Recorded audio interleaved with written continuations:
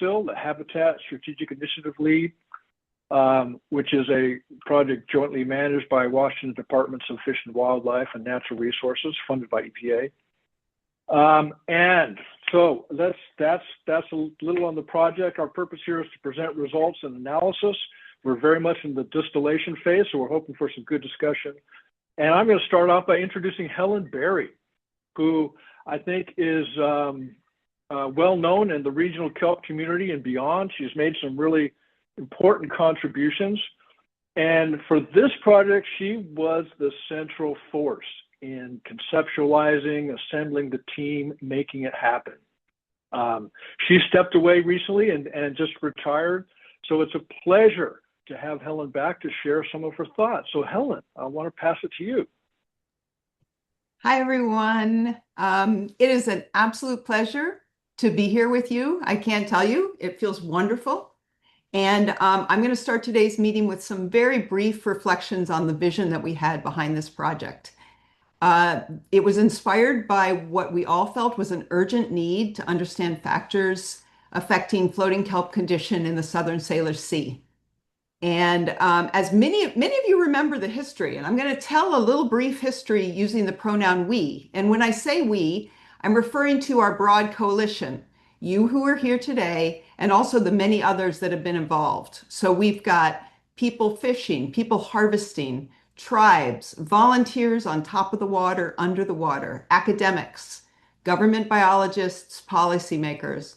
It's been amazing. And to summarize our history, first we noticed losses over many decades, including in the 1980s. We had concerns centered on bull kelp in the South Sound, where it was disappearing. And we also noticed losses in central Puget Sound. And as we watched beds disappear, our alarm increased, including, for instance, watching all of the kelp disappear around Bainbridge Island and finally Wing Point winking out.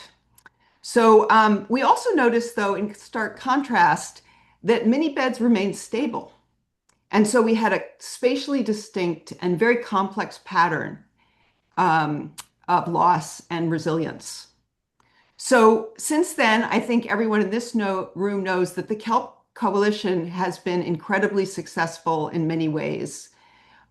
We framed the issue, we amplified its importance, and we've built a coordinated response. So for example, the Kelp Conservation Recovery Plan created a framework. The Puget Sound Expedition and many other activities elevated awareness. And the Washington Floating Kelp Indicator integrated our knowledge and gave people a simple map for the broad public of where we see losses and resilience. So, okay, so what's next? What's most urgent?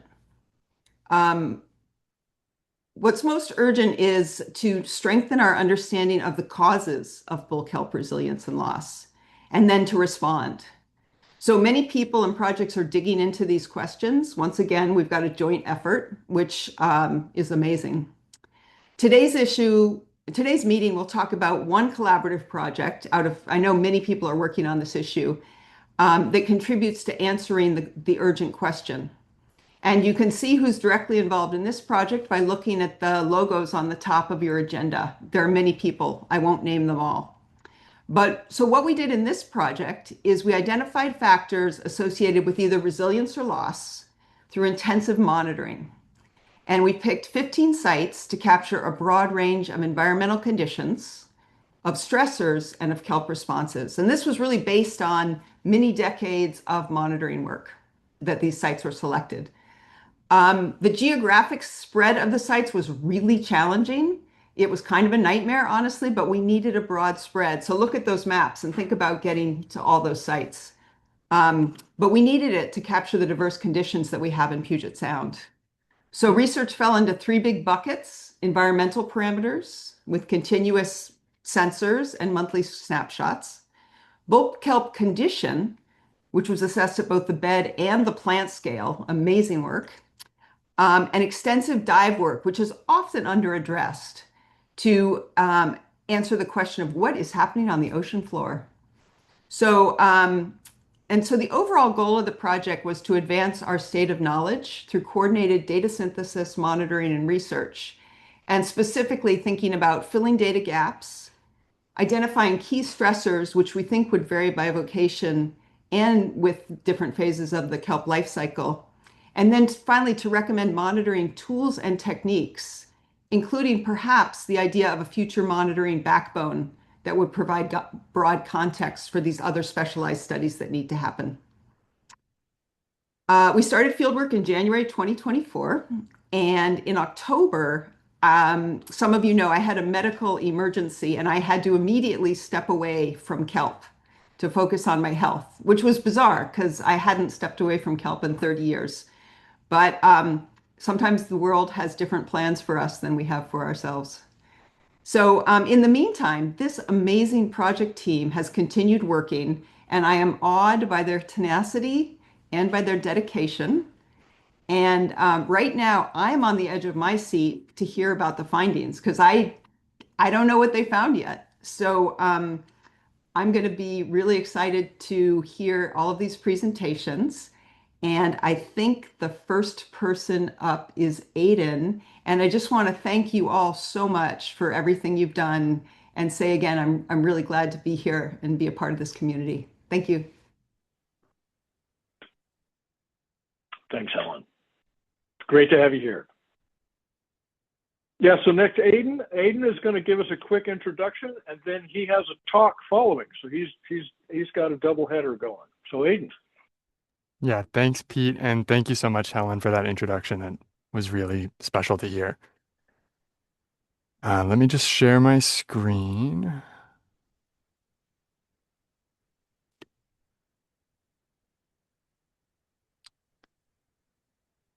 Okay, Pete, will you give me a thumbs up when you can see my slides? Okay, awesome. So, Helen gave an awesome introduction to our overall project right now, and I'm just going to go over some visuals to kind of solidify the information that she delivered for us. So in Washington State, we're really lucky to have an amazing network of monitoring efforts for floating kelp that span lots of different organizations.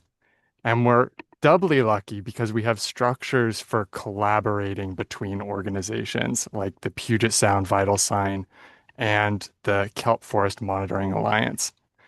And together, those organizations have helped us synthesize a lot of this monitoring data to identify regions where floating kelp is declining in the inland waters of our state. And as Helen mentioned, most of that decline has been identified in central and south Puget Sound, which you can see marked in red here on this map. And there are other regions where we have concerns of decline, but just not quite enough monitoring data yet to make firm conclusions. And just like Helen pointed out, you'll notice that in these red regions of the map, there are individual dots which stand out as green. And those are sites where kelp has been resilient despite widespread decline around it. And so our collaborative project focused on addressing one central question, which is what is driving the patterns of kelp resilience and loss in Washington State. And just like Helen mentioned, we wanted to advance our understanding towards this central question by addressing knowledge gaps related to the benthic biotic community at sites of resilience and decline, patterns of growth and physiology at sites of resilience and decline, and then the overall environment at sites of resilience and decline. And just like Helen mentioned, this is a really geographically extensive project. Here's a map of the 15 different study sites that the project kind of leaders identified for us to consider. And you can see that they span the length of Washington's inland waters from Cherry Point all the way in the north of our state to Squaxin Island in the south, which for many years has been the innermost location of floating kelp in Puget Sound. And so in the workshop today, we're going to hear presenters talk about the key takeaways from each of these three linked elements of research. And just like Helen and Pete, I want to highlight one more time that this has been a really highly collaborative project. And we have speakers today that span three institutions, but there are so many other organizations and groups that have been involved in the project, and some of them are pictured and listed here. And we want to say thank you to all of them. And this project has also only been possible thanks to the support of the Habitat Strategic Initiative Lead and the National Estuary Program Division of the EPA. So we want to extend a big thanks to them as well.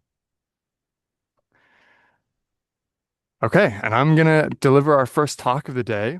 My name is Aidan Cox, and I'm a nearshore ecologist with the Washington Department of Natural Resources. And today I'm going to be presenting on our analysis of the physical environmental conditions experienced by stable and declining bull kelp beds in our study area. And in my portion of the talk, I'm going to focus on addressing two research questions. First, and most importantly, what are the environmental conditions that are associated with sites of stable versus declining bull kelp in our region? And second, how did those differences change throughout our year of monitoring in 2024?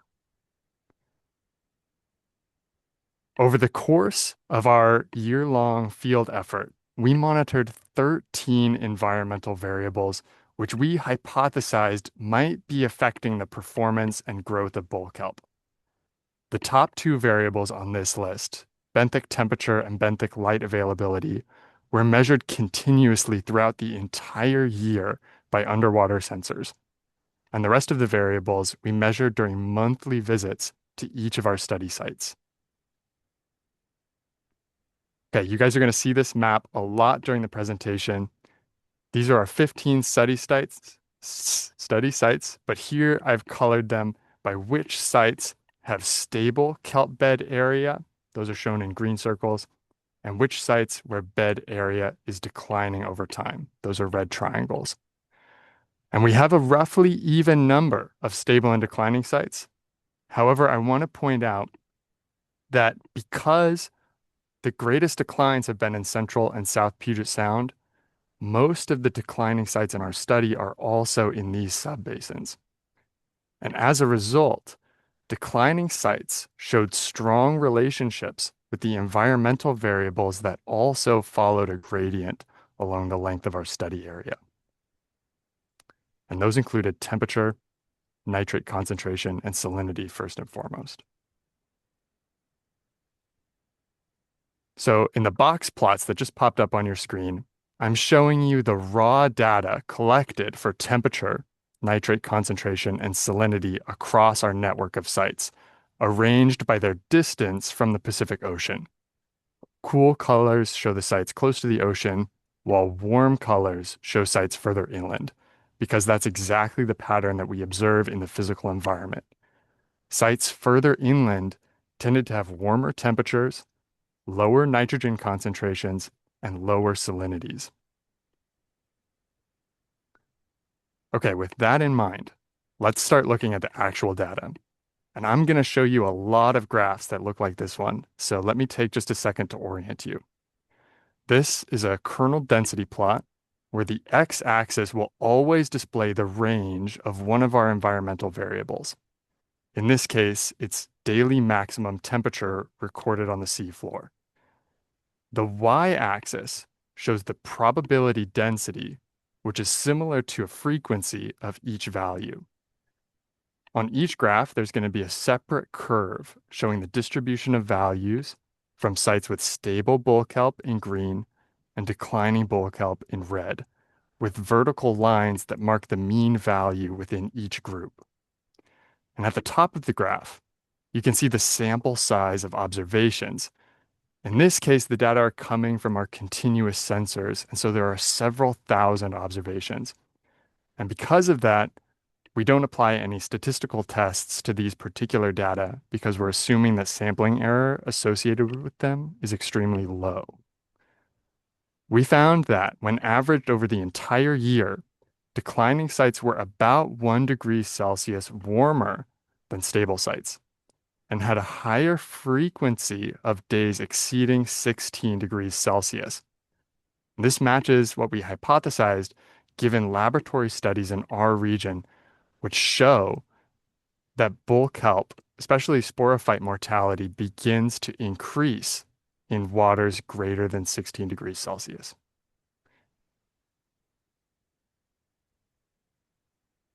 Now, that was seafloor temperature, but we observed a similar difference in temperatures measured at the sea surface. And here, we have an F test to confirm that the difference was statistically significant.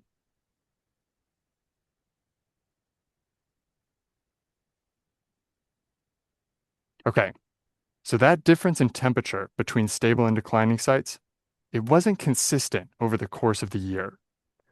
In this plot, we now have daily maximum temperature recorded at the sea floor along the y-axis and month of the year displayed along the x-axis. Values are averaged across all stable and declining sites, which are marked as green circles and red triangles, respectively. Here we can see that in the winter months between January and March, the difference in temperature between stable and declining sites was quite small, less than half a degree on average. But as the year progresses, declining sites appear to warm at a quicker rate than stable sites. The greatest difference in temperature between stable and declining sites occurred from July through September, when the temperature difference was at least 1.4 degrees Celsius. When we remake the kernel density plot from the last slide with just those 3 months, we can see that the separation between stable and declining sites becomes much more dramatic.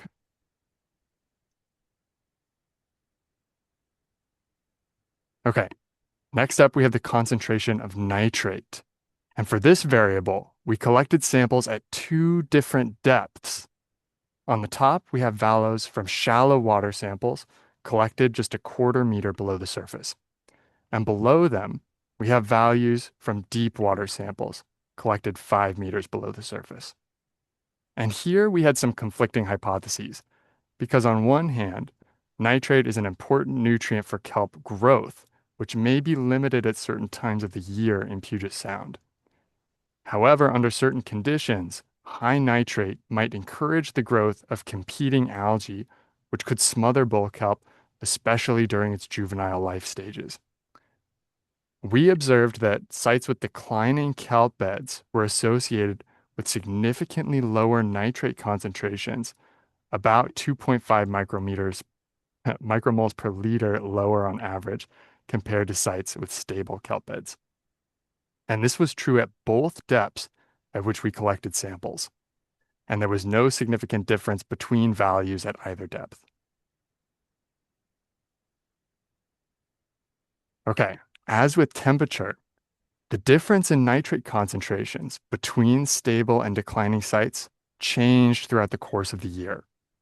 During the winter months, differences in nitrate concentration between stable and declining sites were relatively small, less than 2 micromoles per liter on average. However, nitrate concentrations dropped much more sharply at declining sites in the spring, especially between March and April, which you can see on this graph. And the difference between stable and declining sites was greatest between April and July, when stable sites tended to have at least 4 micromoles per liter higher nitrate concentrations on average.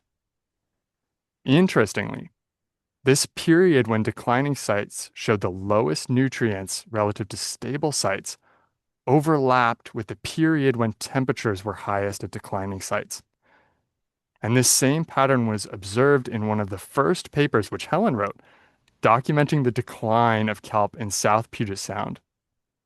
And it suggests that there may be an important interaction between nutrients and temperature stress during the summer across our study area.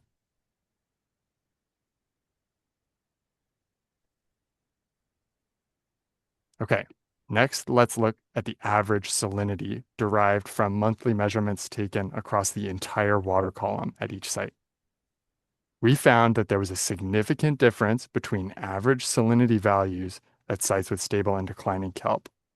And on average, sites with declining kelp beds tended to have lower salinities, about 1 practical salinity unit lower than sites with stable bull kelp.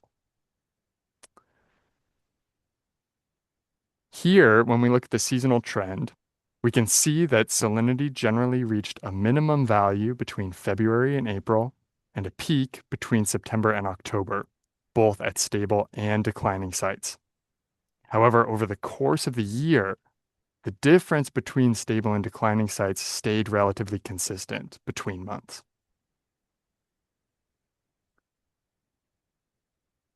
And of the 13 environmental variables that we monitored over the course of our entire study, these were the only 5 that showed significant differences in their mean values between all stable and declining sites. And thus, another important result of our study is that based on the data that we've collected, several hypothesized stressors appear to show no difference in their mean values between stable and declining sites. For example, we tested 3 different metrics of light availability in the water column, including the total light available at the seafloor and 2 different metrics of light loss throughout the water column. And none of them showed significant differences in their mean values between stable and declining sites. We also considered 2 different metrics of water quality, including the total concentration of suspended solids, which is basically how much stuff there was floating in the water, and the abbreviation for that is TSS. We also considered the total concentration of organic matter, that's particulate organic matter here. In the graph, we're looking at the kernel density plot for total suspended solids, and it initially appeared as though there were a small difference here associated with stable and declining sites. But on further analysis, where we considered the distribution values of each individual site, we found that this difference was largely driven by 2 exceptionally high values at stable sites, which were located near the mouths of major rivers with large sediment contributions to our study area. Similarly, when we looked at the kernel density plot for particulate organic matter, POM, we saw that there was substantial overlap between the values observed at stable and declining sites.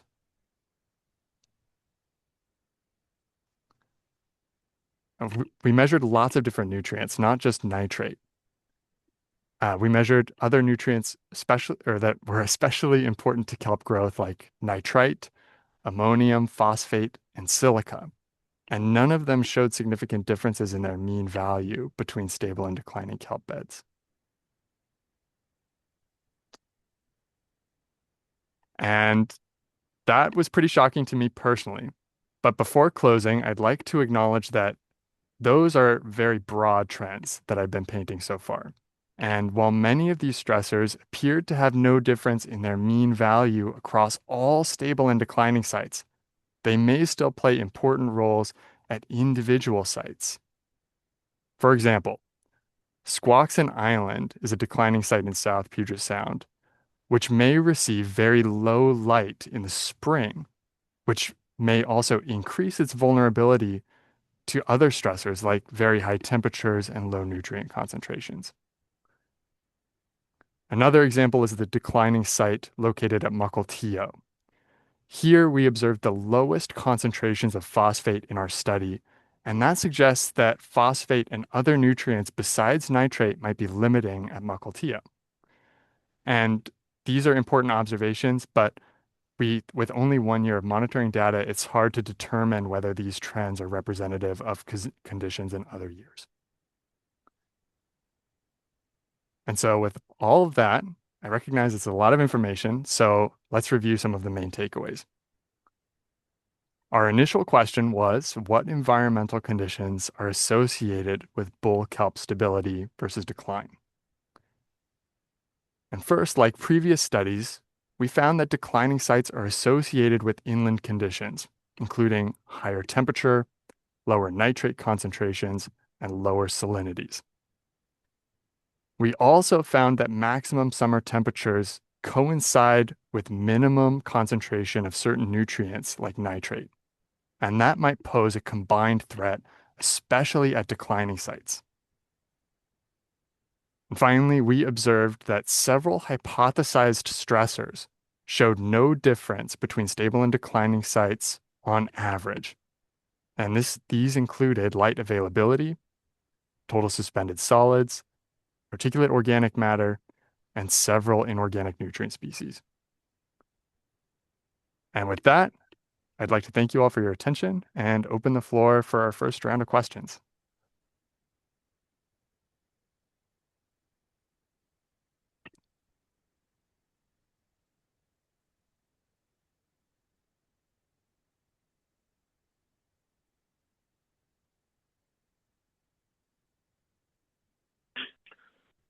Nice job, Aiden. If anyone wants to come off mute with questions, or you can put questions in the chat, we've got a few minutes for questions. Oh, there we go. Helen. Great presentation, Aiden. That was wonderful. And the data is incredible. I'm wondering, you did see strong seasonal differences in, for instance, temperature, and we know that many of these variables vary strongly over seasons. So I'm wondering if you're going to look at light availability, especially the water quality parameters, TSS, perhaps at a seasonal scale, since it may be some of the maximum measures that are the limiting factors. Yeah, that's a great question. So uh, for both total suspended solids and particulate organic matter, we have done some seasonal analyses, and we found that there's not a significant difference between values taken during the early season, which we defined as January through April, or the late season, which we defined as September through December. So really the main time of the year when both total suspended solids and particulate organic matter really stood out across all of our sites were the summer months when bull kelp was forming a surface canopy. And that was between May and August at our study sites. And I actually have the seasonal curves averaged across all stable and declining sites, which we can look at for total suspended solids and particulate organic matter. And we can see that once I pull this up to start sharing.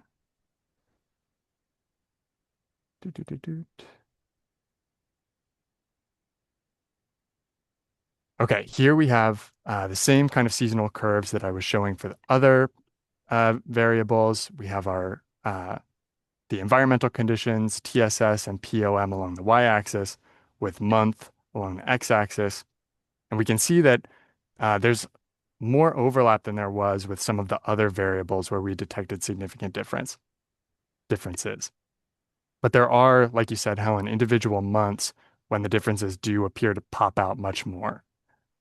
So yeah, that's definitely something that we'll be discussing in the report and something that we're looking into.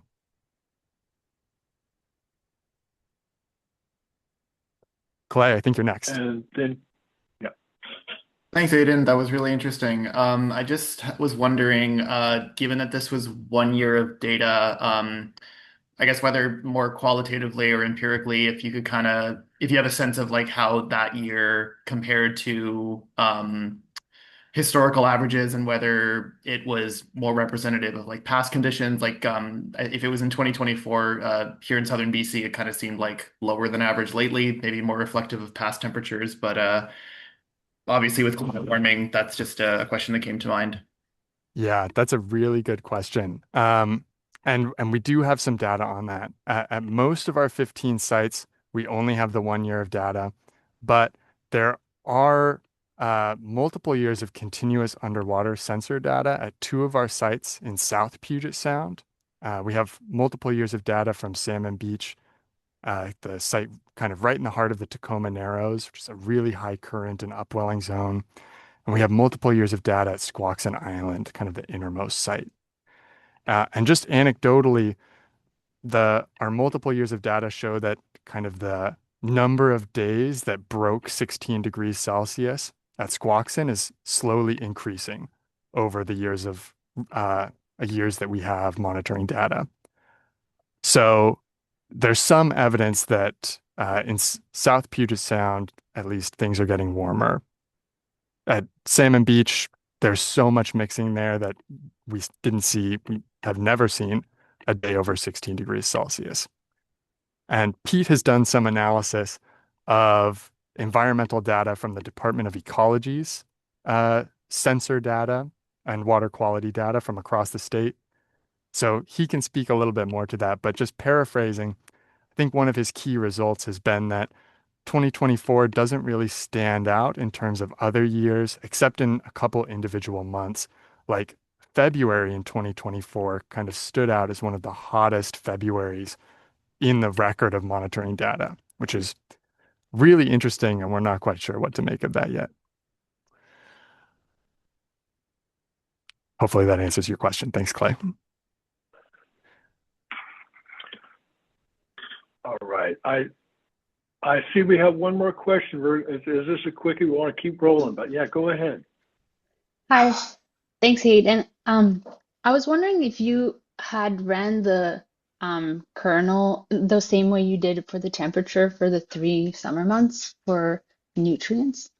Just because in our side of the the border, we see that actually like nutrients and especially nitrate and temperatures are so often like not correlated very well during those summer months at our sites. And so I was wondering if you'd looked at that. Yeah, I have looked into that a little bit. I don't have those figures to share today, but if you would like to send me an email, we can totally follow up and I can show you the data that we have on that. I'll put my email in the chat for anybody else who has questions But about the yeah, environmental data I'd be too. really curious about that. Thanks. Okay, thanks. All right. Thanks, Aiden. I think we should move on. Next, we have Kathy Pfister talking about sporophyte physiology and performance.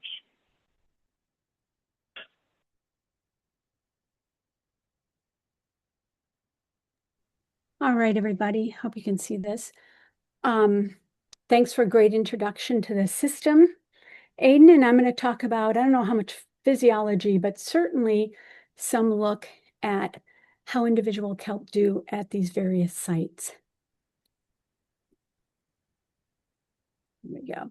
All right, you've seen the map, and the change I'm going to make to the map is to show you sites on the very western margin as well, Tatoosh Island and Bullman Beach. I have been fortunate enough to be working out in these places, and particularly Tatoosh, for a number of years. And with Helen's urging, wanted to add some of these western sites as comparison. So you'll see that in this talk. You have heard this from others, but this is really a unique project. And I just want to call it out and thank everybody. We have amazing expertise in the area for years, as well as new endeavors and methods and enthusiasm. And it's a very data-driven project. So hopefully you'll enjoy seeing a lot more data. So here we go. The first thing I'm going to show you is kind of a look at the ways that the kelp interact with elements, if I can say that. So how carbon fixation is quantified, whether the kelp are leaking dissolved organic carbon, and also features of the tissue through elemental analysis. And there's a few extra years of Squaxin Island data, so I thought I would present that because we're all mulling that over as well. All right, so simply, I went to all these sites that have decent kelp populations at them and assayed the kelp blades in situ as much as possible, setting up, for example, as close to Tacoma Narrows here as we could, looking over a set period of time at carbon fixation, which is estimated from oxygen generation, dissolved organic carbon release, nutrient uptake, and also features of the blade with respect to carbon and nitrogen. So I'll show you those. And the first thing I'll show you, and there's a lot of data, and I'll try to walk you through it. I've got all the graphs arranged from out at Tatoosh coming in, sort of like Aiden did as well, down to Squaxin in South Puget Sound. They're color-coded, just like Aiden's graph as well. And I'm showing you carbon fixation here. All right, and box plots, remember the medians are the horizontal lines, the 25 to 75% distributions, and then, of course, a few outliers, because you'll notice data are variable from these regions.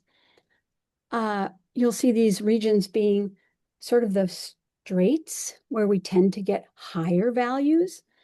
The San Juans, where they tend to be a bit lower, and Central and South Puget Sound, with a couple of features on this graph that you will see perpetually, which is that Tacoma Narrows, that Salmon Beach site, and Edmonds seem to do very well, and sort of exceptionally well compared to other places on the gradient, and hopeful that we can learn from that. In addition to fixing carbon, these kelp release dissolved organics. And we have some information in the past from my lab that nutrient-stressed kelp release more dissolved organic carbon. So we've been looking at that as well. The data are incomplete because there's still, some of these sites are still in the queue at UW. So we'll look to see if there's a trend, but I want you to know that those data could be an important indicator about the state of the kelp. Percent tissue nitrogen. You saw Aiden's data show you there's a nitrate gradient, and the kelp reflect that. We see generally a decline in tissue nitrogen all the way through with squoxin being the lowest. Okay. And one can express these data also as a carbon to nitrogen ratio. And so when I do that, you can also see the increasing pattern, largely driven by the fact that nitrogen in the tissue declines from the outer coast in, with again an interesting exception here with Edmonds having a much lower carbon to nitrogen ratio, and also Tacoma Narrows, Salmon Beach. So you continue to see those two as kind of exceptions in geographic pattern. When one submits tissue like this for carbon and nitrogen, you also receive, because these are quantified on a mass spec, you receive the isotopes of carbon and the isotopes of nitrogen. And these can be very revealing about biological processes, because they can tell you something about how they're being processed. So I'm going to show you these data, and then I'm going to explain a little bit more about how they might be modified. But this is the ratio of 15 nitrogen to 14 nitrogen through the same geography. Now, nitrogen is generally 14N, but you have a low incidence of an extra neutron that is measurable and quantifiable, and we see a gradient in this. I know the ocean seawater value off of Tatoosh, so I plot it there in red. And let me go to the next slide and explain this a little more, and then we'll come back to this isotope thing. If I ask, what can we learn from the isotopes of nitrogen and carbon? I can show you a graph like this that shows us that we might expect the ratio of 15N to 14N to increase because nitrogen's being recycled in the system, or there's nitrogen moving up the food chain and thus getting increased in 15N. For the isotopes of 13 carbon to 12 carbon, which also 13 is rare, much like 15N is rare, you can see it increase in the system as there's more photosynthesis or respiration there. So the changes in these two quantities can tell us a little bit about biological processing. So I showed you the nitrogen values, and let me show you the two plotted as a biplot, because I think they show us the differences in the sites with how the kelp is interacting with the water. So you have Tatoosh, the pink down here, we're on the outer coast here, and then of course you have the very exceptionally different Tacoma Narrows Salmon Beach site. We've talked about reasons why we might see such an enriched nitrogen sample, but it is interesting. And these others, squoxin looks very different as well. I'm going to show you another figure later about the squoxin, so I wanted to try to explain these things and think about what we might learn from them. Okay, and that's just a reference for the ocean seawater value, right? So they're getting enriched in both carbon-13 and nitrogen-15. We're seeing biological processing in these populations. And even though the relationship is highly variable, it is significant. That is to say that it does explain something about the amount of carbon fixed in the population when I put it all together. All right, so these elements seem to be telling us something about different bodies of water. And the next slide also shows you that it's probably related to nitrate, how much nitrate is there, and how it's being used. So the carbon fixation on the y-axis is positively related to the increasing use of nitrate at each of those sites. With, again, our winners in the carbon fixation game being Tatoosh and Edmonds out here, and some of the other populations quite low, like Cherry Point, Squaxin down here as well. And a lot of variability. We see that among populations, we see that within a population in terms of all the different little points. And I should say here that these bigger dots are the means, the little dots are all the data. All right. I showed you individual factors and how they might be fitting together geographically. But there's a lot of statistical ways to combine multiple variables, so-called multivariate analysis. And that's what I'm showing you here. I'm showing you all the ways that the kelp blades are interacting with the environment. So, and with carbon and nitrogen in particular. Fixing carbon, nitrogen in the tissues, the isotopes of those carbon and nitrogen. And again, it gives you a sense maybe of how these populations differ. Out comes Tacoma Narrows and Edmonds from the group as being somewhat distinct, Squaxin as well, and then many of the others grouping and being somewhat similar. So again, if you think about the ways that the blade interacts with the resources in the water column, you do get this distinction among populations. All right, so some years ago, Helen said, let's be looking at Squaxin. And so it turns out I do have multiple years of data at Squaxin, and I will share those because I think we're all concerned about Squaxin Island and would like to know about some trends. So here's the years we've quantified carbon fixation at Squaxin. And I'm showing you this blue color gradient through time, okay? No difference here. We don't know about the DOC release yet because those are still in the queue. So a few other things to show you about Squaxin through time, and that includes the percent nitrogen in the tissue and the carbon. And you can see in particular this nitrogen tissue value, the percent of nitrogen in the Nereocystis tissue at Squaxin was much lower in 2024 than it had been previously. So that's one of the trends. The other is if we look at all the dissolved inorganic nitrogen, right? That's the nitrate, the ammonium, and the nitrite all added up. We have a lower value in 2024 and also kind of a low value in silica at the same time. So I'll say just a few caveats here. The time that we sampled was not standardized here. And so I think that's probably important. You saw from the data that Aidan showed you that we see trends through time where temperature and nutrients are co-varying. That is, when we get very warm temperatures, we tend to get low nutrients. And that could be happening here. And I think it really suggests that we need to be attentive to these patterns seasonally as well. And then there's a lot of, through the years, I've also gotten the carbon and the nitrogen isotopes, the stable isotopes of that tissue.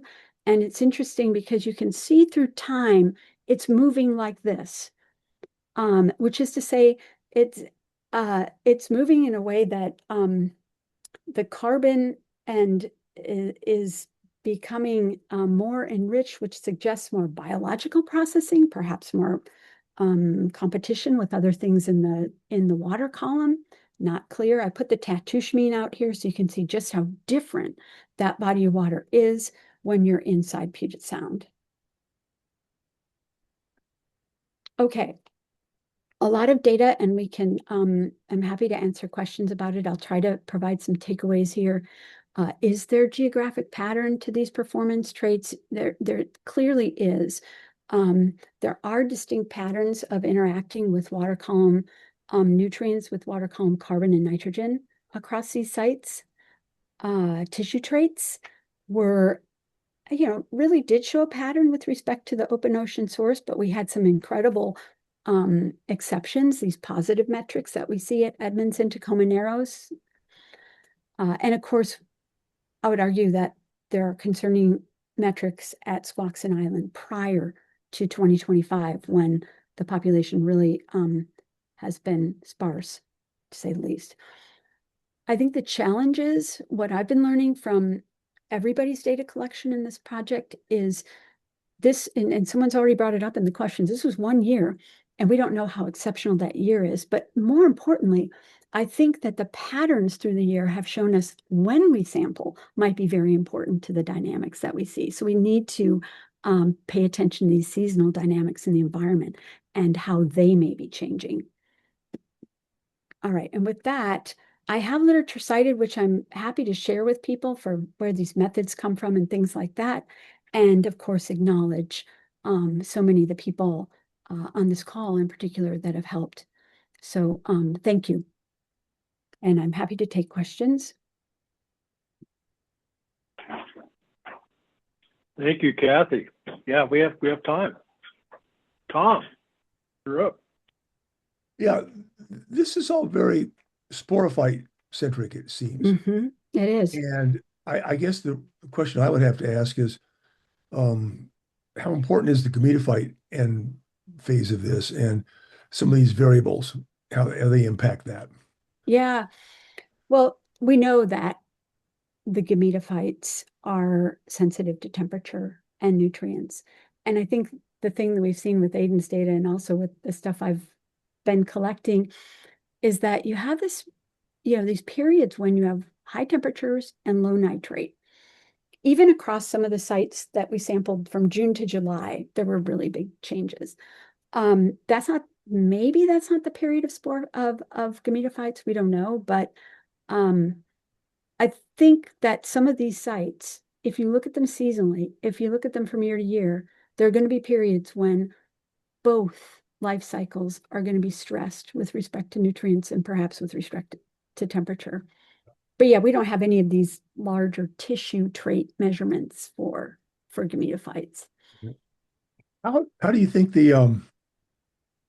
these losses obviously affect the production of zoospores, and how, so there's sort of this cycle. I'm thinking about the cycle business here, and the timing of, and the amount of, and Charlie had some amazing numbers there about, the number of zoospores that it takes to make a good sporophyte, and trying to integrate all this stuff. Yeah, that's a common population concern, right? That you get a small enough population and it can't increase. It's something in biology we call the Ali effect, which I'm sitting in the building where Ali first came up with this idea. So it's always near and dear to me to think about the fact that we may have populations that can't recover when they get to a small enough size for reasons even independent of genetics. So yeah, it's a concern. Yeah. Anyway, I just, thank you. This is great. Thanks, I'm flabbergasted by the depth of all this. This is really cool.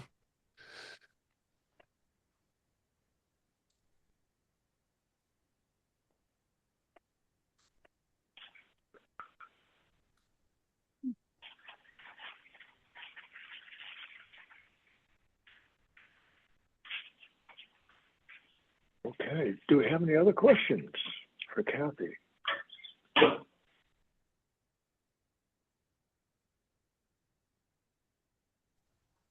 All right. Well, Kathy, thank you very much. You. I know I've seen your results before, but there was some new stuff in there. It's just really striking. Tacoma Narrows. Wow, it's in a different world. Interesting. Yeah, well, I think we can learn from that. Yeah, great. Okay, let's see. Next up, we have Sam Lindhart talking about sporophyte morphometrics and condition. Sam, you're on.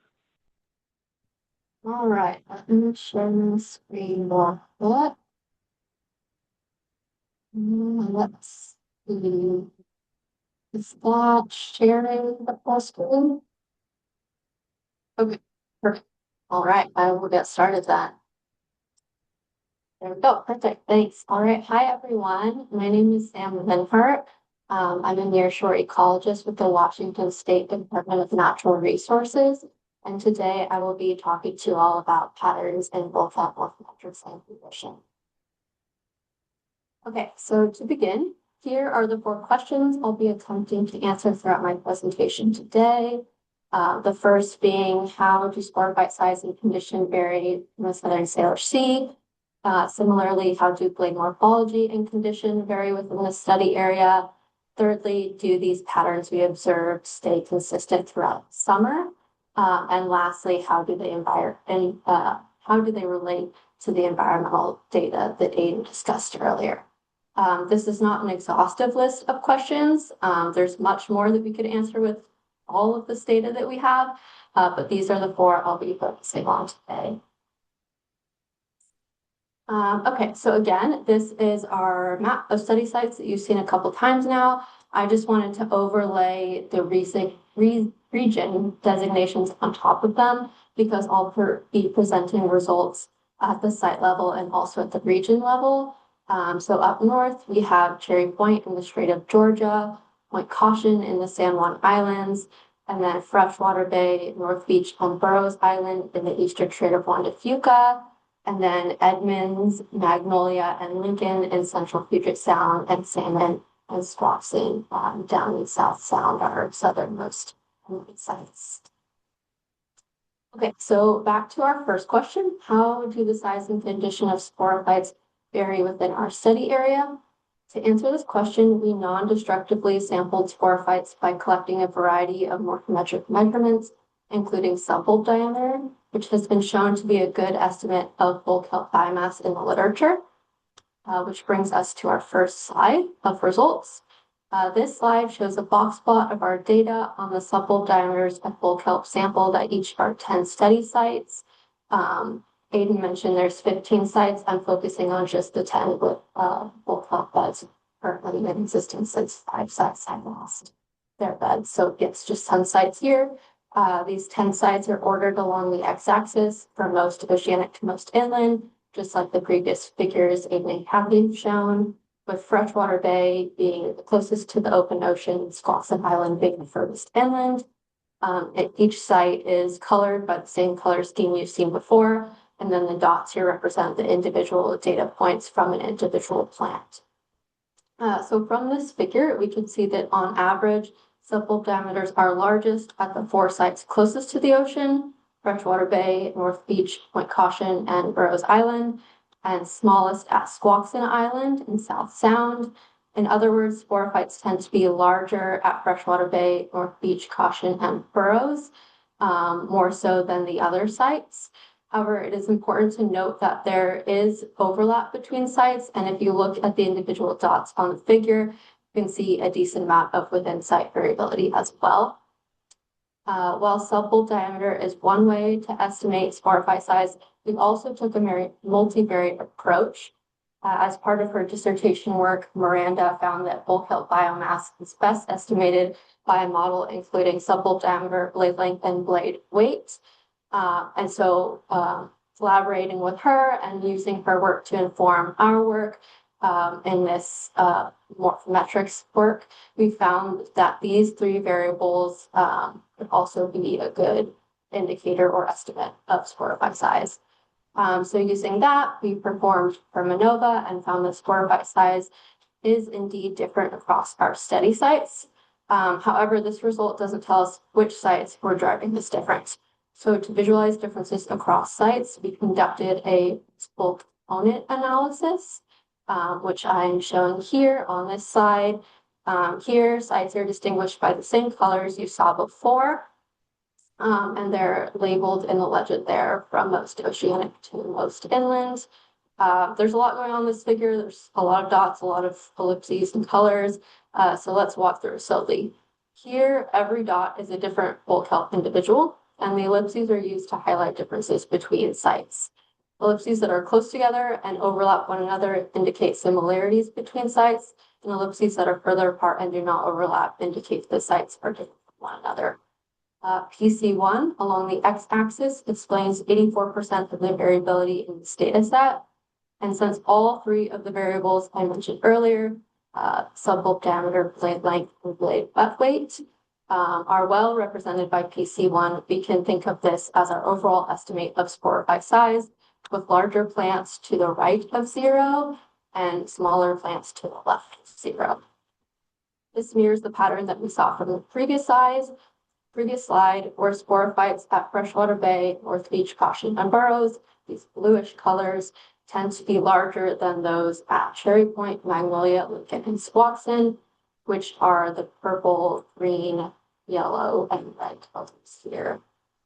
Interestingly enough, if you look at the center of this plot, you can see that Salmon Beach in orange and Edmonds in dark green seem to overlap with both of the larger sporophyte sites and smaller sporophyte sites, showing that they may have some intermediate sized sporophytes in between these two groups. If we take this plot and regroup the points so they're grouped by region instead of site, we lose some of the details from the previous plot. This is the same PCA as you've shown before, just grouped by region now instead of site. Looking at this plot, we can no longer see that Salmon Beach in South Puget Sound and Edmonds and Central Puget Sound have intermediate sized sporophytes. That detail is lost when these data are grouped by region as opposed to site. This highlights the variability in sporophyte size that exists within regions. While clear regional patterns are apparent in this data, and though that pattern is that sporophytes tend to be larger along the Eastern Strait and San Juan Islands and then smaller deeper into Puget Sound, it is important to recognize that solely focusing on regional differences can obscure the variability in sporophyte size that exists at finer species scales. Okay, now let's look at some data on sporophyte condition. For the sake of time, I'm going to focus on only two metrics of bulb condition only. So just looking at the bulb on the top of the sporophyte, and we'll discuss blade condition later on in this presentation. So on the left is a stacked bar plot with sites along the x-axis again, and proportion of bulb kelp individuals that fall into a given category of epiphyte colonization on the y-axis. The categories of epiphyte colonization range from none, shown by the white bars, to very high, shown by the darkest shaded bars. In other words, light colors show the proportion of plants with slight epiphyte colonization of their bulbs, and increasingly darker colors show more severe epiphyte colonization. Overall, from this plot, we can see that sporophytes in Puget Sound tend to experience higher levels of epiphyte colonization than those found elsewhere. The exception to this is Point Caution in the San Juans, where over 50% of sporophytes had either high or very high levels of epiphyte colonization on their bulbs. When looking at mechanical damage to bulb kelp bulbs, which includes physical damage like scrapes or gouges or anything like that, Squaxin Island had high or very high levels of damage, and no other site had that high of damage, that high of a level observed. There was like low level, slight scratches, but there weren't chunks taken out of anything like we observed at Squaxin Island. We think this is likely due to the abundance of kelp crabs observed in the canopy at Squaxin Island. Far more were observed there than at any other site. Okay, so what about the morphology and condition of the bulb kelp blades specifically? For our multivariate analysis of blade morphology, we included 4 different measures of blade shape, blade length, width, thickness, and roughness. Because none of these variables showed much correlation with one another and the data were not normally distributed, we chose to use non-metric dimensional scaling instead of principal component analysis to visualize these data. Again, Permanova results showed that blade morphology differs significantly across our study area. So exactly how did they differ? Here is an ordination plot of our NMDS results. Again, the dots represent the individual bull kelp sampled, which are here grouped by region. Data collected along the Eastern Strait is in blue. San Juan Islands are purple. Strait of Georgia is dark purple. Central Puget Sound is light green, and South Puget Sound is red. Unlike the PCA, the axes of an NMDS ordination are entirely arbitrary, so here we want to focus on how close or how far apart the ellipses are in multivariate space. This shows how similar or how different the different regions are from one another. For example, while most regions tend to share some level of overlap with one another, South Puget Sound in red is distinct from the others. This suggests that blade morphology in South Puget Sound is distinct compared to other regions. We take this plot and now group it by site. It gets a little bit more complex and different to interpret with all the colors shown here, but the overall trend or pattern is still apparent. However, while this shows, these rough patterns across sites, if we want to look at how the morphology differs, are the blades wider, are they thinner, what exactly does that look like? We can do that by looking at box plots of the data. So first, let's consider 2 of the 4 variables that were included in our NMDS results. So up top, we're thinking about blade thickness now. That's the top left plot, and blade width is on the bottom left plot. Focusing on blade thickness first, we see that on average, sporophytes at Salmon Beach and Squaxin Island, within this red box here, have thicker blades than those at the other sites. Contrastingly, if we look at blade width, so this bottom left plot, we see that on average, sporophytes at Salmon and Squaxin have narrower blades than those at the other sites. Interestingly enough, when moving south from Cherry Point, blades tend to become thicker and narrower. We're not sure what's driving this pattern, but a couple of thoughts are that this may be due to local hydrodynamic conditions, increased grazing pressure, or perhaps due to disruption in plasticity caused by elevated water temperatures at these sites.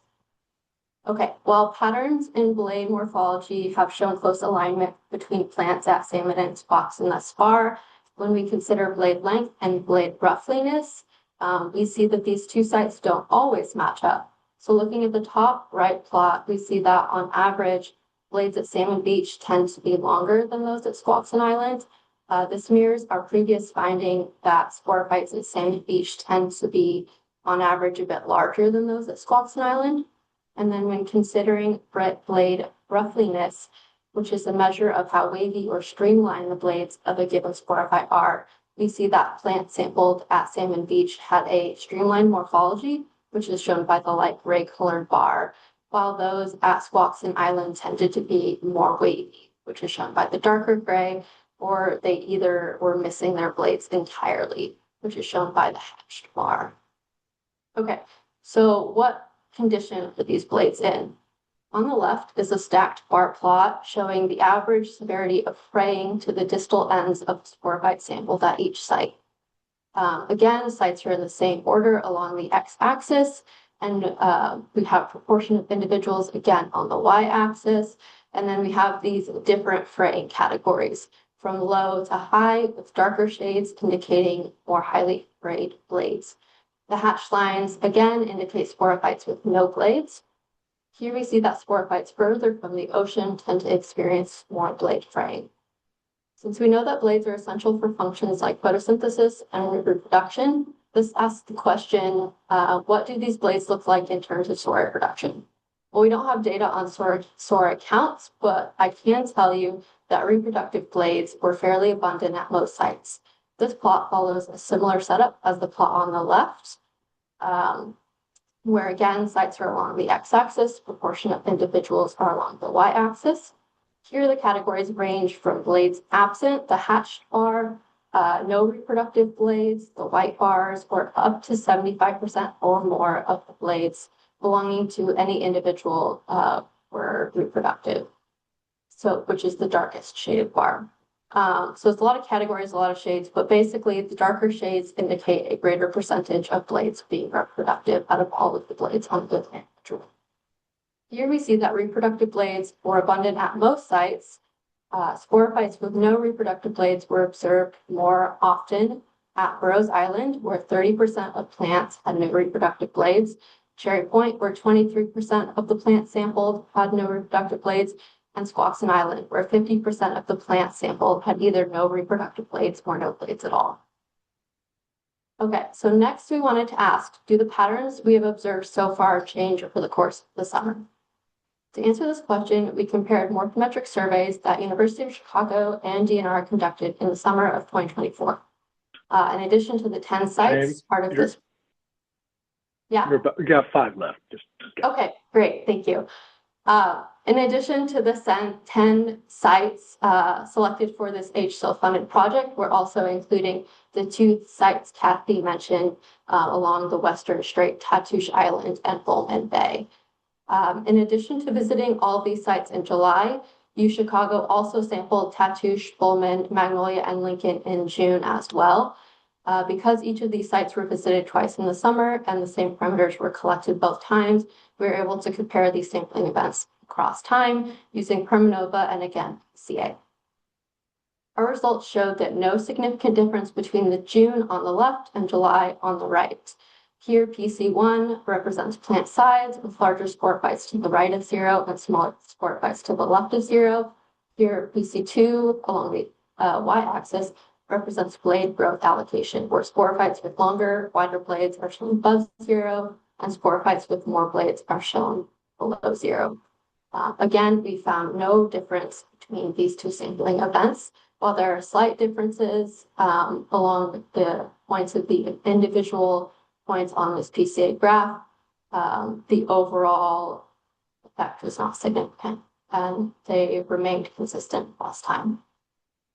For our second temporal comparison, we wanted to compare UChicago surveys against DNR surveys, and we found the same thing where there was no significant difference between these 2 sampling events in multivariate space. The relative positions remained as last time. Okay, so moving on to our last question.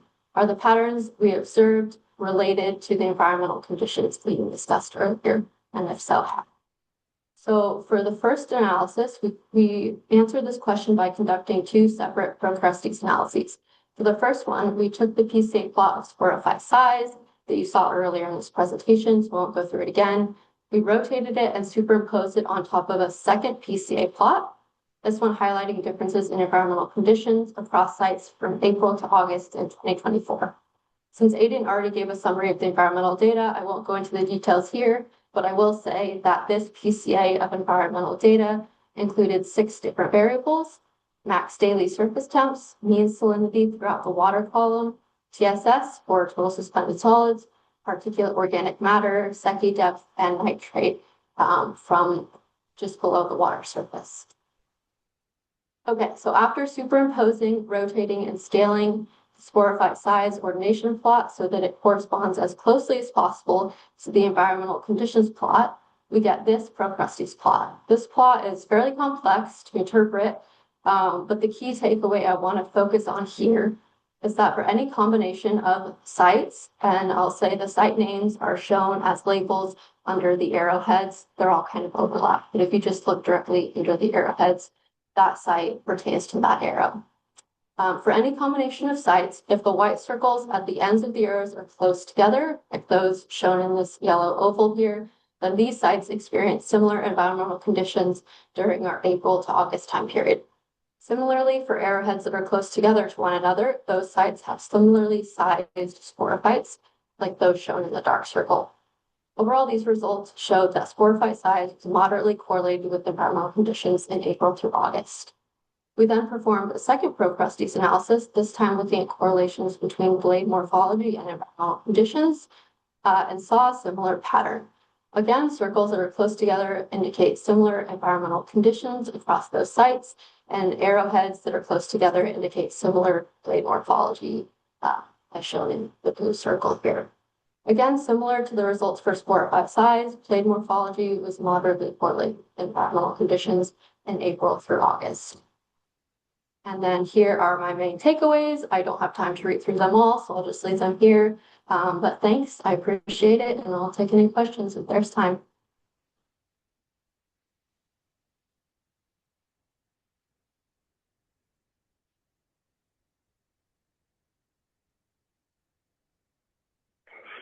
Sorry, we're almost at time. We might have time for a quick question. Sam, that was great. Thank you. But yeah, to keep us on time, let's see, does anyone have a quick question? Otherwise, okay, let's keep moving then to keep us on schedule. Next, Andy Fieber is going to give us a talk on benthic community and seafloor conditions. Andy, you're on. Awesome. Thank you, Pete. I'm going to try to get not my presenter notes to share in the screen. Are y'all seeing my presenter notes? It looks good? Yes. No, we're seeing them. Okay. We are seeing notes? Yes. Oh, let's swap those. How about now? Better. Better. Thank you so much. I guess the practice didn't do anything for me. Okay. Awesome. Thanks y'all for being here. So exciting to see all these folks interested in learning about our findings from the last year and a half or so. My name is Andy Fieber. I'm a research scientist with the University of Washington Friday Harbor Labs. And I'm going to chat a little bit about the benthic community and composition data that we gathered on a whole bunch of dive surveys. We ended up doing about 150 dives over the course of about a year and a half for this project. And learned a lot. So I'd like to share that with you today. Right off the bat, I want to talk about kelp density that we saw in our plot, or excuse me, in our survey area. So all of the plots that list all 15 of the study sites are oriented in the same way that Sam, Aiden, and Kathy have been sharing. So on the left-hand side, we're going to have sites that are closer proximity to open ocean. So that's going to be Freshwater Bay and the Strait of Juan de Fuca as our first site on the x-axis, spanning all the way over to Squaxin Island on the right-hand side of our x-axis, which is pretty far inland as far as our 15 study sites. Within our sites, we're looking at bulk kelp stipe count within our particular survey area, which is a pretty narrow portion of the bed. And you can see already that we see a ton of variability throughout sites along some of that oceanic gradient, but also there's a handful of outliers like Edmonds and Salmon Beach, which is in Tacoma Narrows, as previous presenters have pointed out. Those two seem to be a little bit anomalous. Overall, we were working with three big questions for this monitoring. We wanted to know if benthic composition, understory algae communities, and invertebrate communities had any impact on bulk kelp presence and density. And this is a huge suite of factors, right? We were getting in the water to look at anything and everything and see what kinds of conclusions we could find, especially relative to that really diverse bulk kelp density data that we were seeing at our sites. So for starters, let's talk about the benthic composition. So these are things like the type of substrate, the relief, the sediment depth. I'll go into all of these in a bit more detail. Overall, the sneak preview here is that diverse benthic composition is likely to play some role in bulk kelp presence. It is very nuanced and very complex, and we are just beginning to scratch the surface of how these factors interplay to impact bulk kelp.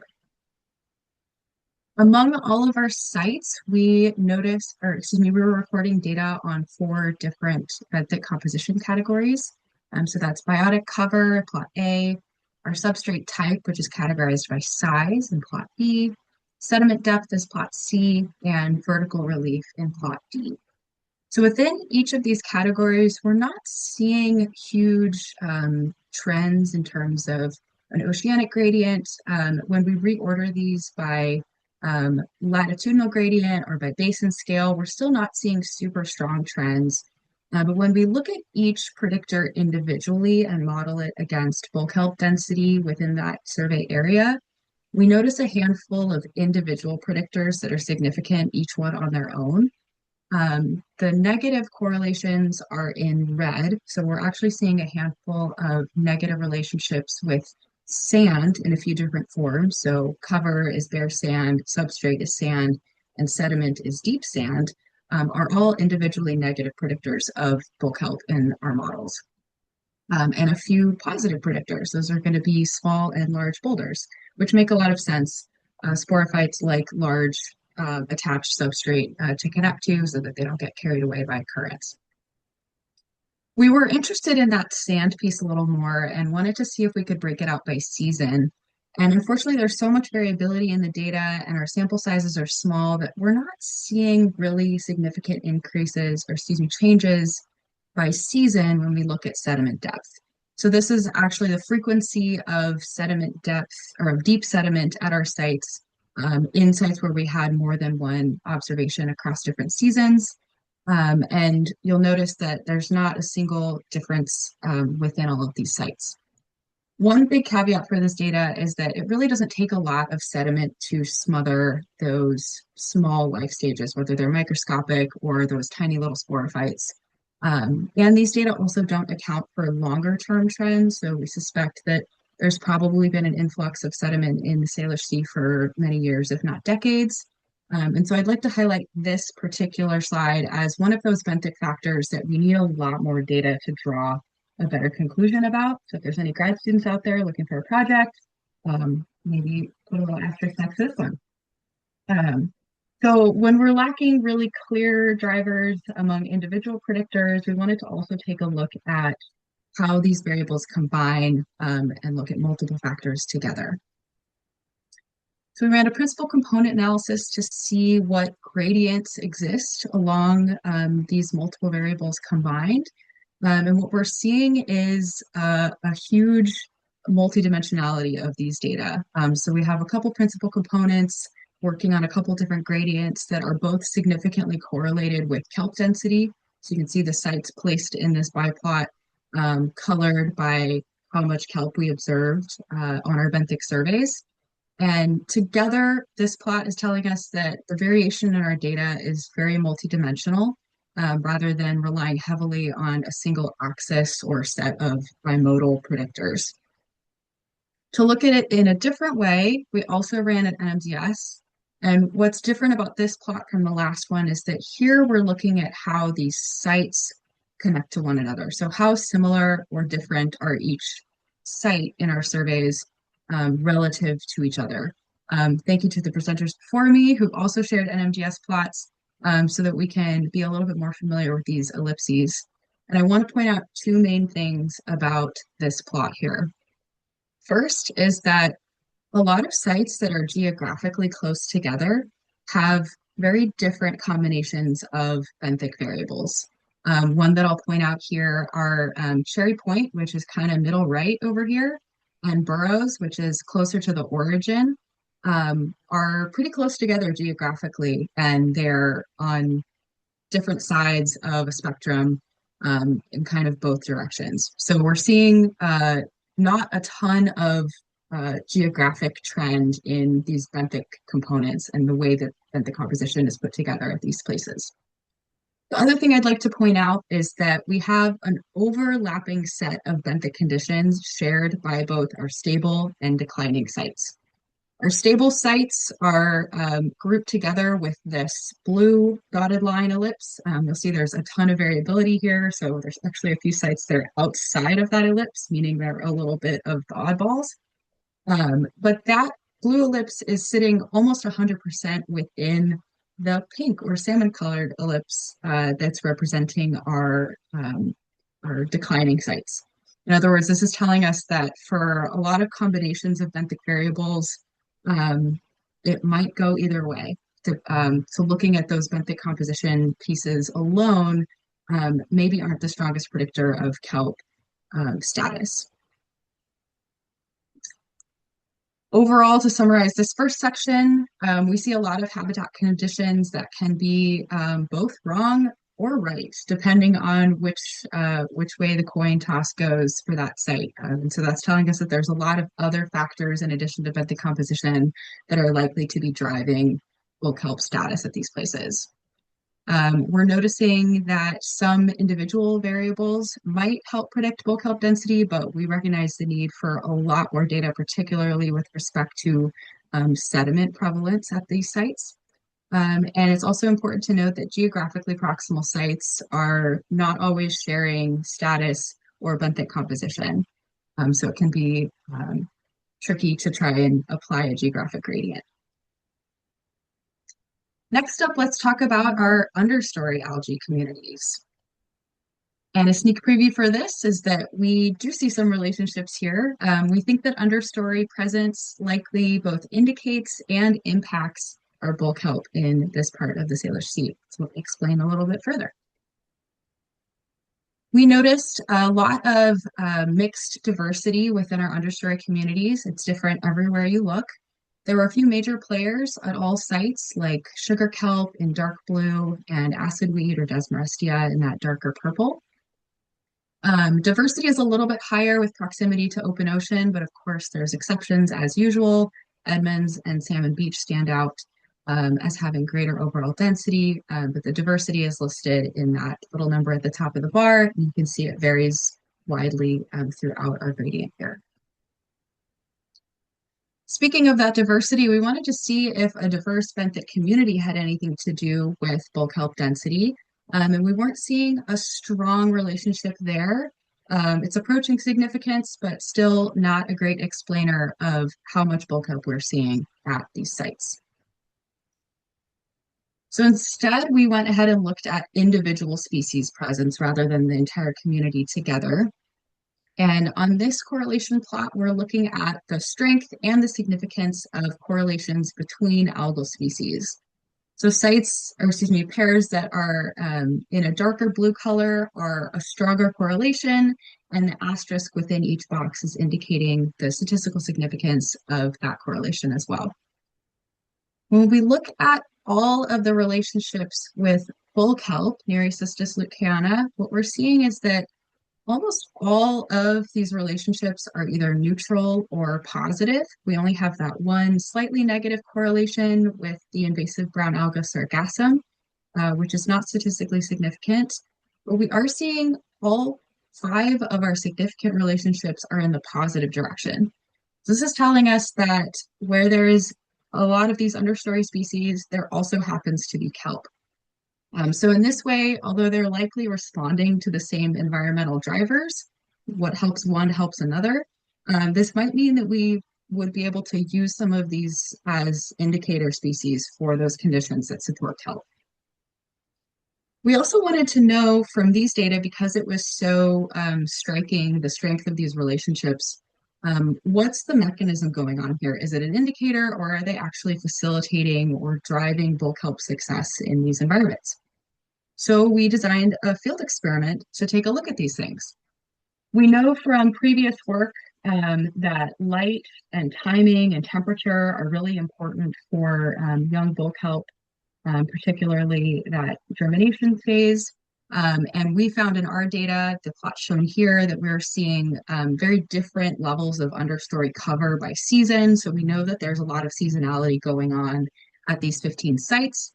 So we wanted to look and see how all of these factors were connected, and if we could learn more about how understory is impacting bulk kelp.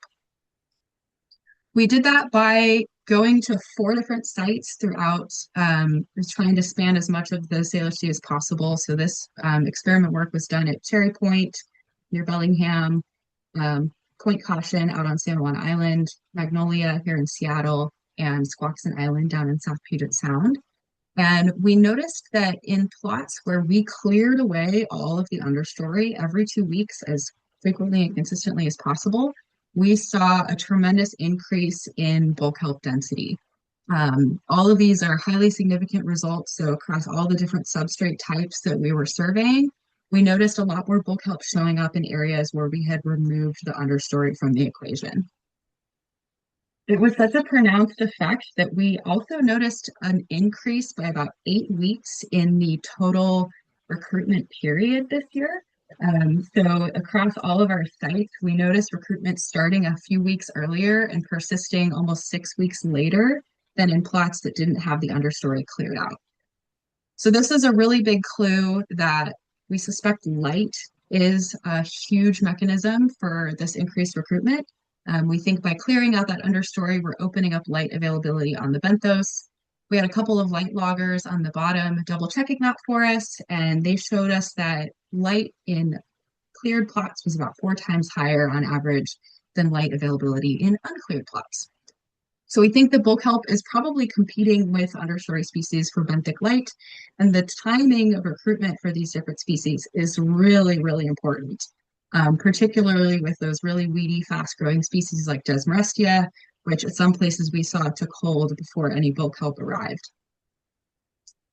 So to summarize our understory results, we know from monitoring last year that bull kelp and understory species generally do pretty well in the presence of one another, which is probably a shared response to favorable environmental factors.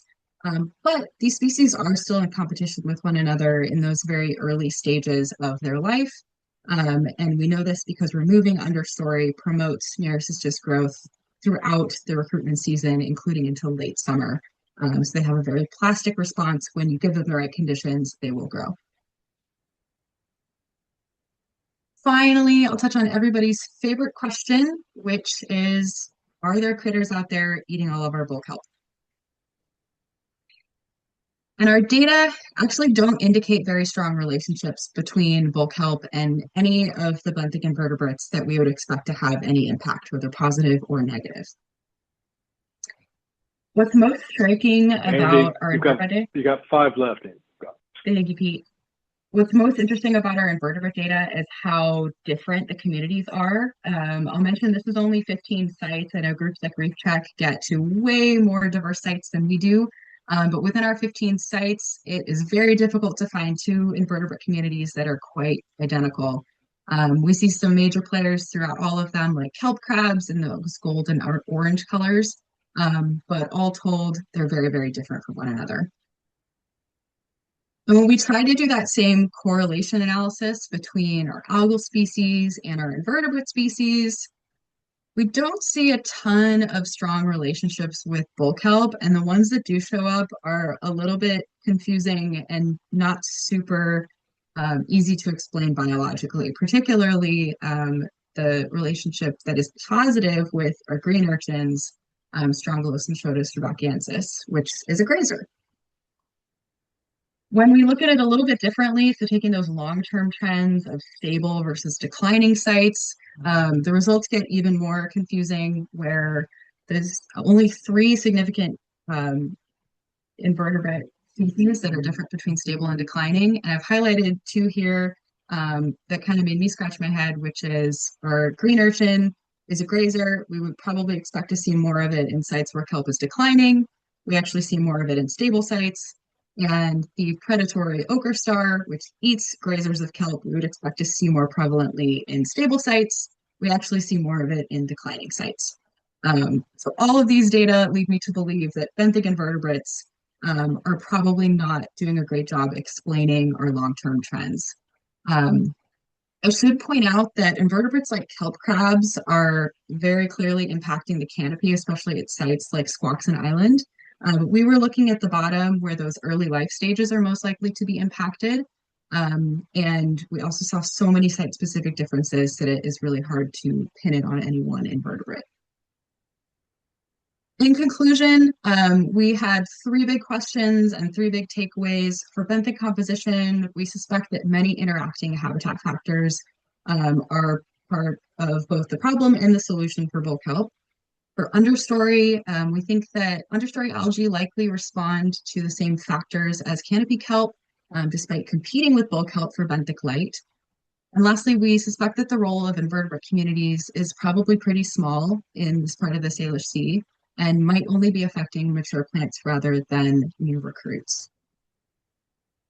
That's all I've got for you today. My email address is here if you have bigger questions, and otherwise, if I have any questions here in the meeting or the chat, I'd be happy to take those. Thanks.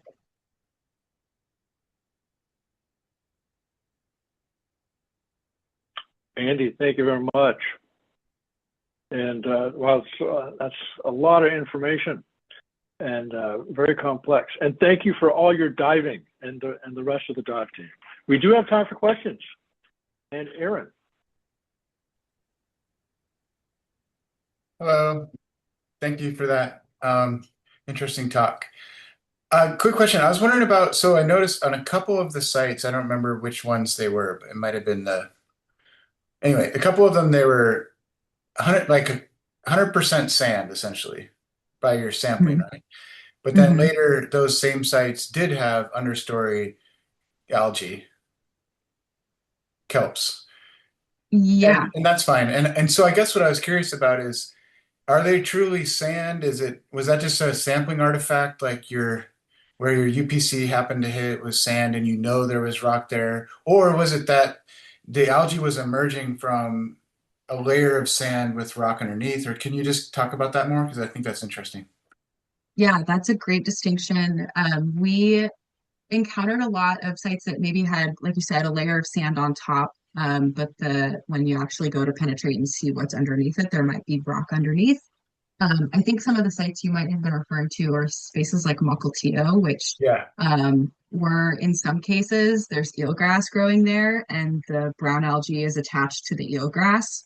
Okay. I have also seen a lot of algae connected to tube-word casts and like weird little bits of debris, and just teeny tiny little grains.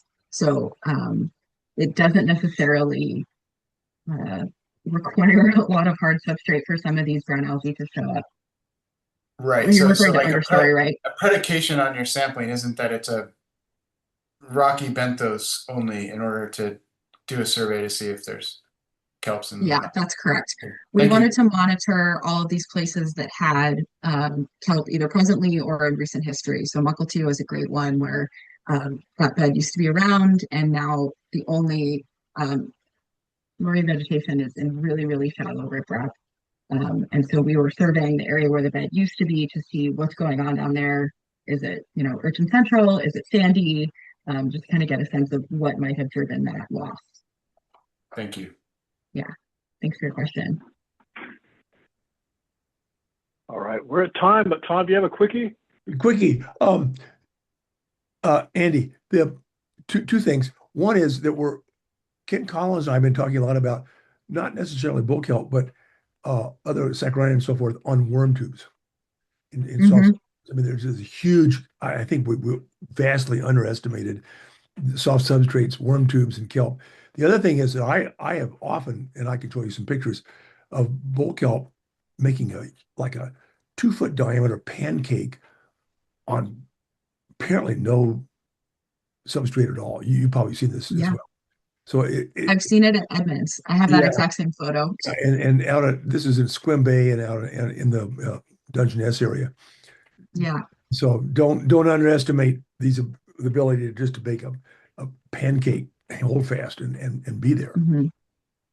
We tended to see those really precarious hold fast situations in lower current areas. Right. Oh yeah. Not ubiquitously. I saw a lot of burrows that were just holding on by a thread. So anyway, so yeah, solid substrate and kelp, not necessarily.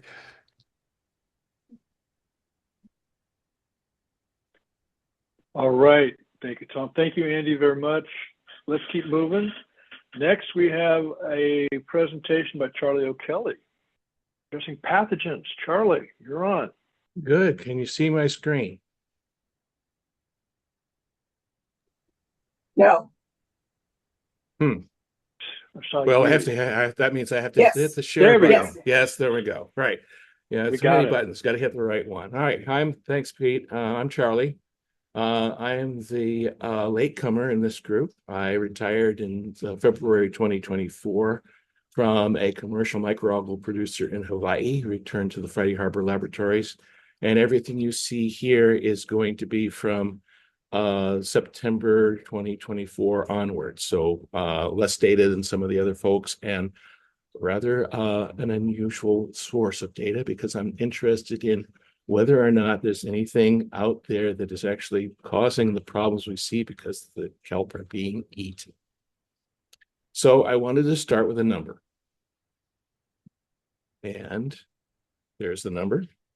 It's a modest number. You might possibly have seen this number in the press recently, but no, this is not the right number.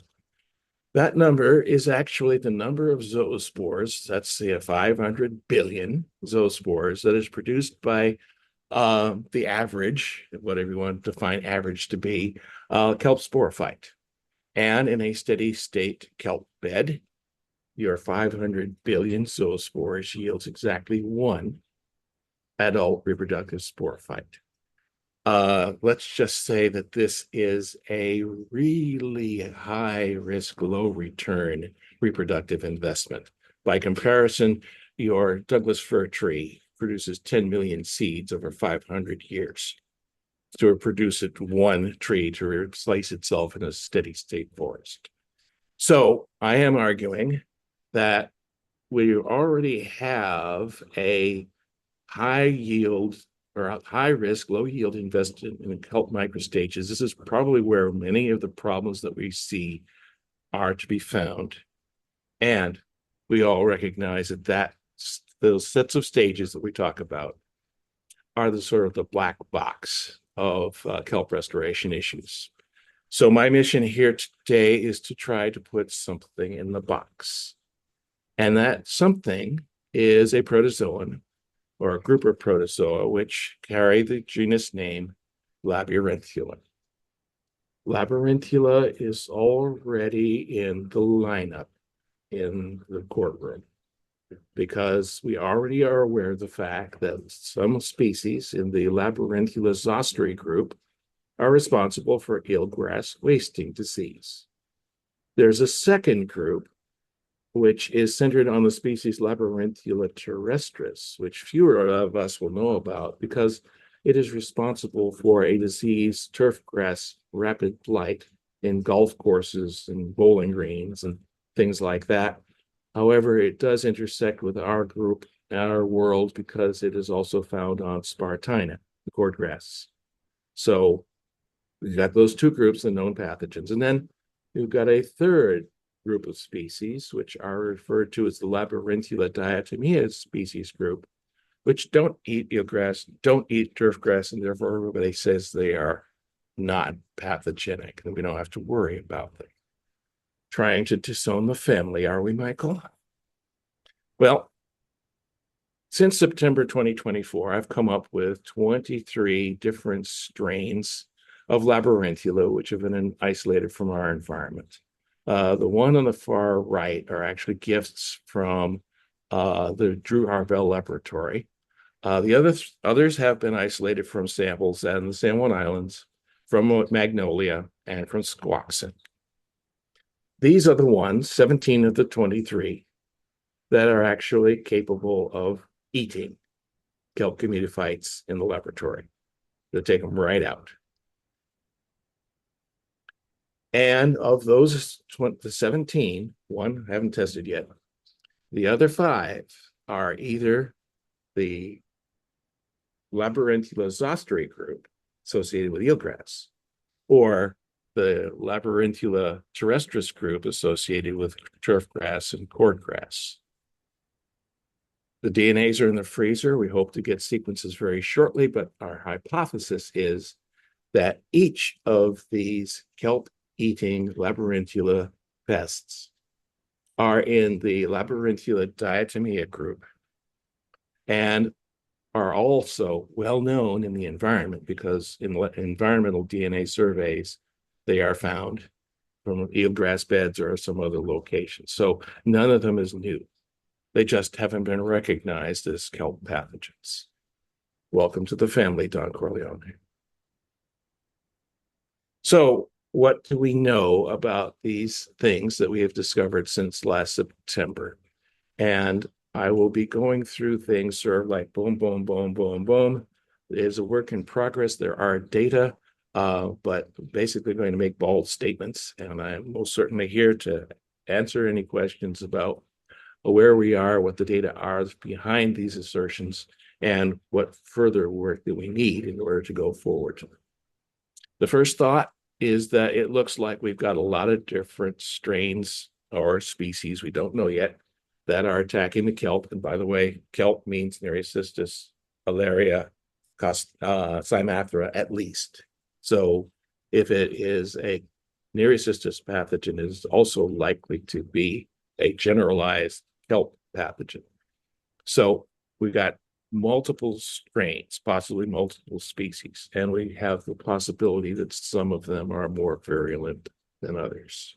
So you can think about whether your zoospore is landing in a place where the labyrinthia are right out there, or where the labyrinthia are relatively benign.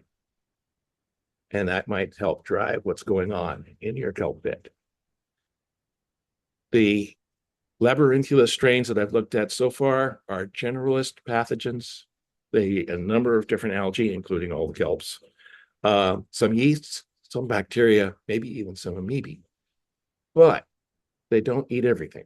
There are some entities that I offer them in culture that they resist, that they do not support the growth of the pathogen. So what that means for me is that there is a broad environmental reservoir for these labyrinthia pathogens out there in the environment. And that reservoir may be present or it might be absent. You're going to succeed or fail, depending on whether the reservoir is there. And it means that the overall microbiome can stand as a promoter for the pest or a bystander. I know nothing, or even an inhibitor. For all we know, there might be some critters out there that will actually suppress labyrinthia growth, not just ignore it. So we don't know these things yet, but there are some hints out there. Another thing that I think important is that labyrinthia are contact pathogens. They have to find their prey by touching them. In the graphic, you can see the center circle is where I put a piece of labyrinthia right next to, but not touching, a prey alga, in this case, a chlorella. And the protozoan could not find the streak. It could not migrate to the point where it could find it and eat it. On the right-hand side of the same graphic, there is a labyrinthia inoculum that was placed at the touching the chlorella streak.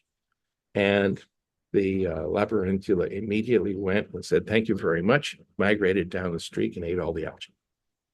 So there is definitely a situation where you could have a kelp right next to a labyrinthia patch and they don't find each other unless something happens to bring them together. There's no phototaxis, there's no chemotaxis, there's none of that I have yet been able to find. There's also no phagocytosis. Labyrinthia is unique in that it actually sits outside of the cell and digests it, presumably by secreting enzymes that enter into the cell and basically turn it into soup and slick it up. And that is not necessarily lethal to the prey. There are certain combinations in which you can raise a labyrinthia strain on an alga or other critter, and that both of them will do just fine. From the point of view of kelp, that may very well mean that you have a reservoir lawn of pests, of supporting algae that are doing just fine, and yet they're full of the pests that will take out kelp if it gets there. Charlie, we're running out of time. Just wondering how you're doing. I can go quicker. That's why I said. Okay.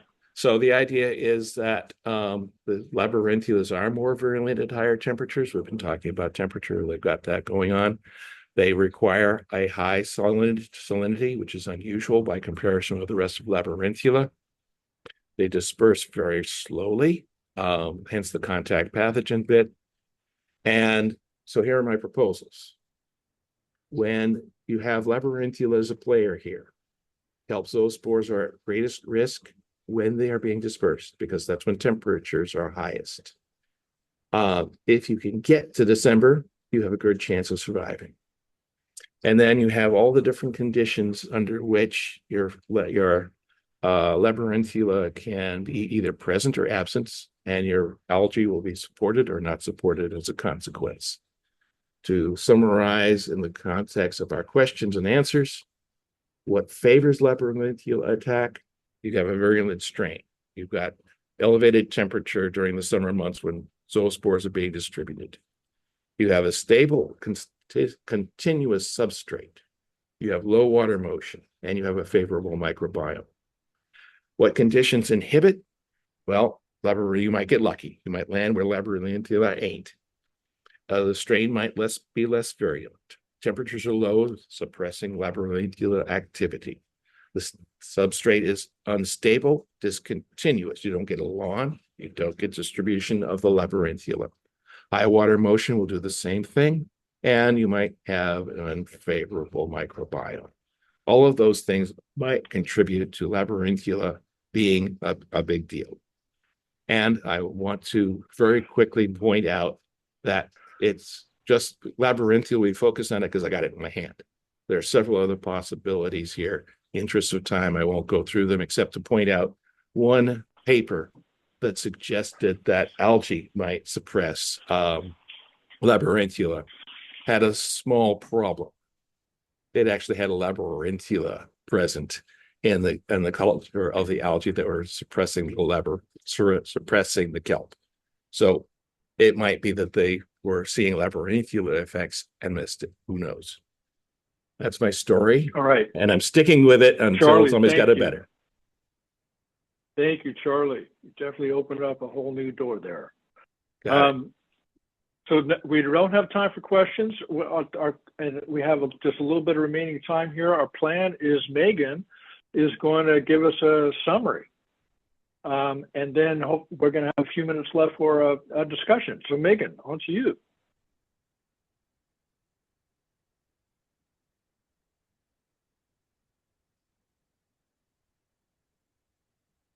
Mute. That one. Come on. Okay, I think we're there. So yeah, I'm going to try and sum up 2 years worth and 2 hours worth and $500,000 worth of research in 5 minutes. So did we answer the question of why bull kelp is declining in many areas, but not all areas? Kind of, but I do know this. If it were simple, we would have figured it out by now. This is not, there's no simple answer to this question. What we do know is that unlike on areas of the outer coast of California and Oregon and BC, it's not all about sea urchins. So several of us just went to Western Society of Naturalists meeting, and there it's all about those wretched purple urchins. Not the case except in a few isolated areas of the Salish Sea. Secondly, we know that high temperatures are clearly an issue.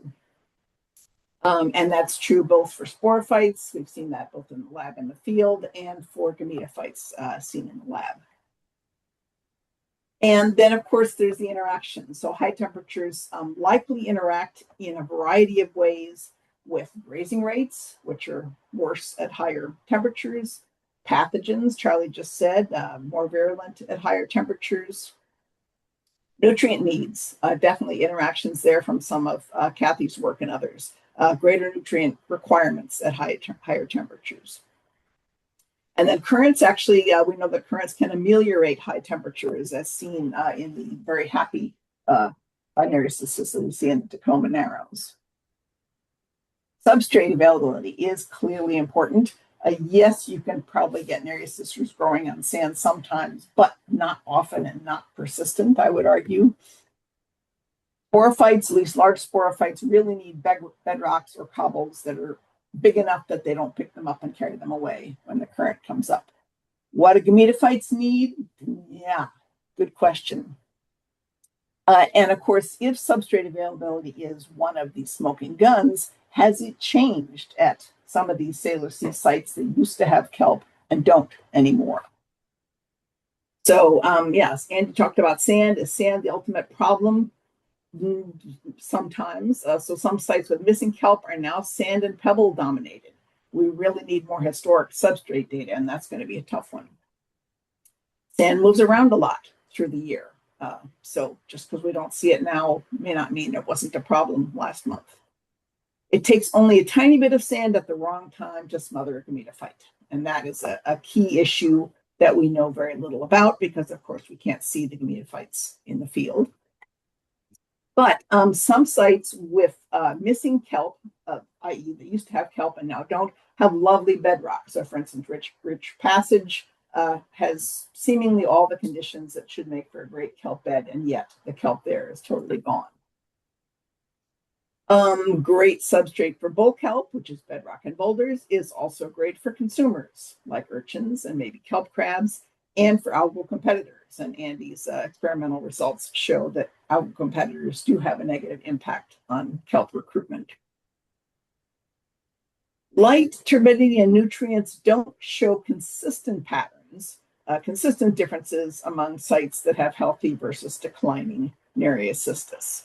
So again, not the smoking gun, but a number of the data that people talked about show they may still be drivers at a given site or a given subregion. So just because they're not the problem doesn't mean they're not sometimes a problem. And of course, those factors may impact kelp morphometrics and performance, and Kathy's data certainly shows that, even if they don't control overall kelp presence or absence. Pathogens on the benthos could be a significant problem, as Charlie just showed. I will point out that dive studies are hard and expensive, and looking at microscopic critters like Labyrinthula on the benthos are going to be a whole nother level of hard and expensive, and presumably are going to require some new methods. So my own conclusions with my own bias.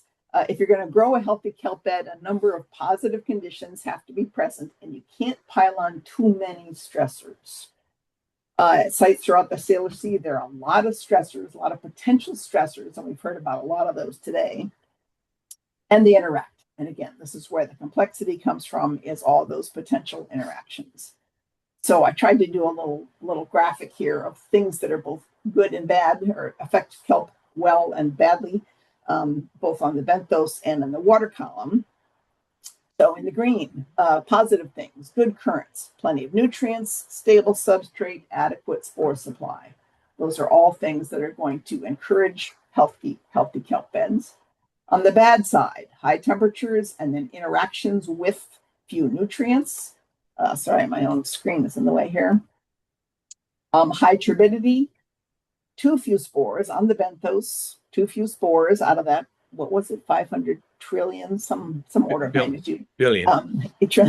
Algal competitors, too many grazers, whether those be urchins or kelp crab or little tiny snails, too much sand, unstable substrate, and potentially micropathogens.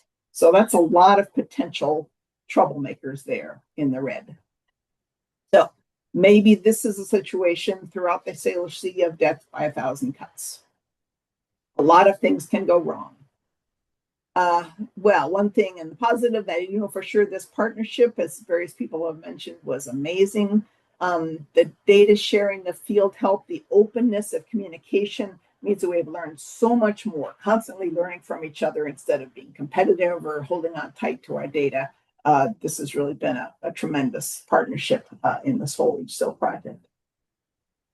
And just a few key steps, and that I'm hoping that others can weigh in.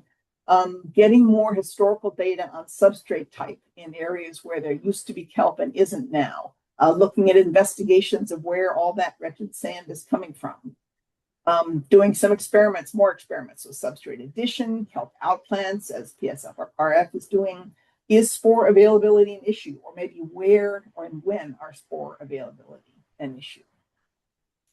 Does the interaction between low nutrients and high temperature interact with other algae like micro and macroalgae, or perhaps with the microbiome? We haven't even mentioned that, but we know that's important for kelps as well. And then exploration of the presence of communophytes and pathogens on the seafloor. Again, we got to get there eventually, perhaps with eDNA combined with lab experiments. That's sort of the next big frontier in my mind.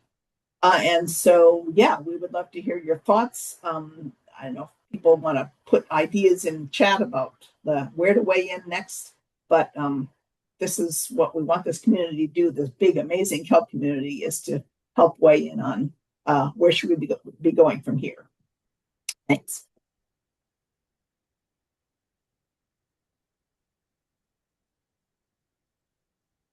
Thank you, Megan. That's a lot. We have a few minutes left, but I just echoing what Megan just said, we are interested in thoughts. I think our appetite for thoughts is more than we can fit in the next 5 minutes before this meeting ends. So please reach out, add to the chat. We will monitor the chat or reach out to us by email individually. We're very interested in feedback, questions, observations, insights. This project is very much at the distillation phase, with final reporting coming next year. But for now, we have a few minutes left. Tom, you got your hand up. Just a big thumbs up. This is an amazing effort, and really commend you all for all this. I've got lots of thoughts, but we can save that. But well done. I'm impressed. And Pete, probably worth reiterating what you just said quickly, which is that we are writing reports and hopefully manuscripts summarizing all of this stuff. So we intend to get all of this out, hopefully not just in gray literature, but in peer-reviewed literature in a lot more detail than what we had time to talk about today. Great.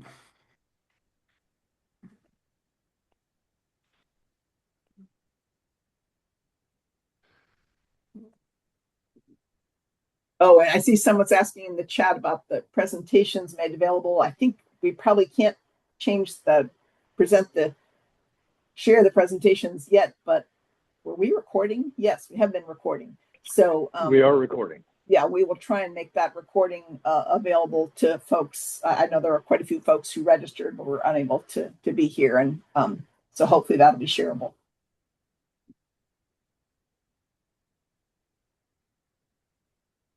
Jeannie. Yes, I represent more of the public. My primary job as a soundwater steward, naturalist, is educating people.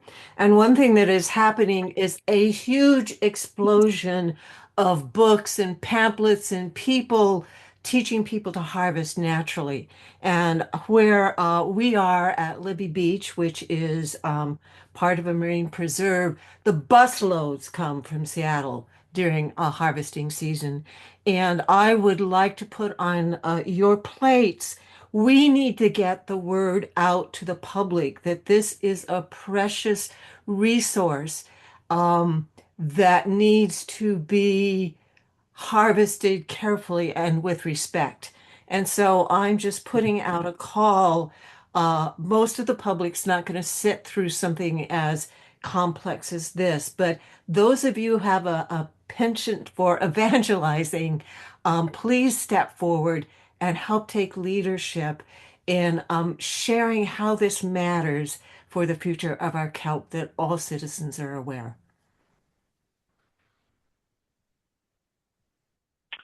Thank you for voicing that. Yeah. Helen. So thank you so much. This was amazing. And I'd just like to say that our hope and intention initially, and I think it is still our hope, is that the whole community can digest these data and use them as context for comparisons and as motivations for the next round of work. And so for me, it was great to see Megan try to do a preliminary summary of results, but kind of like it'll take months and years for the whole community to digest this and as a group kind of move this forward, which will be great.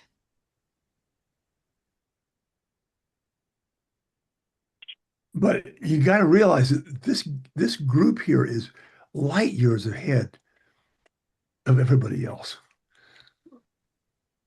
in looking at this issue. I mean, the depth and the variety of ways we're looking at this is just amazing.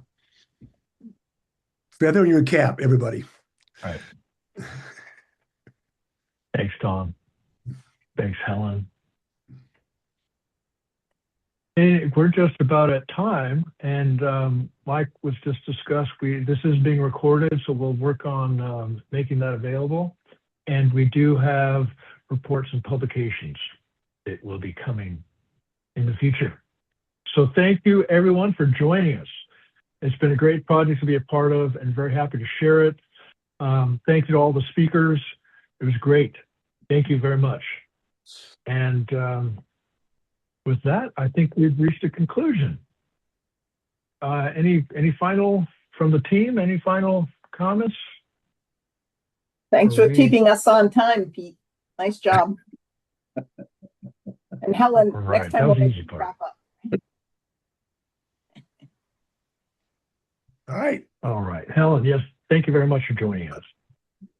All right. That concludes our workshop. Thank you very much.